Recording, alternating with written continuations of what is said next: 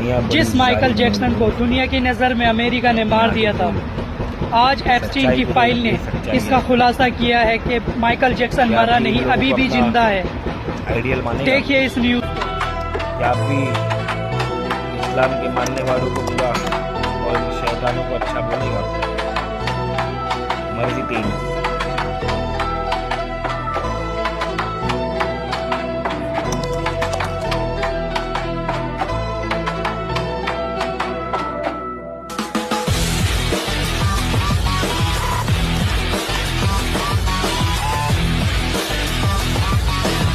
At Encino House.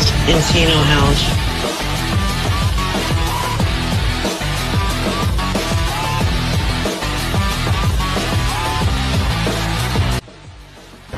और इस video को ज़्यादा से ज़्यादा लाइक और शेयर ज़रूर करें मेरे भाई।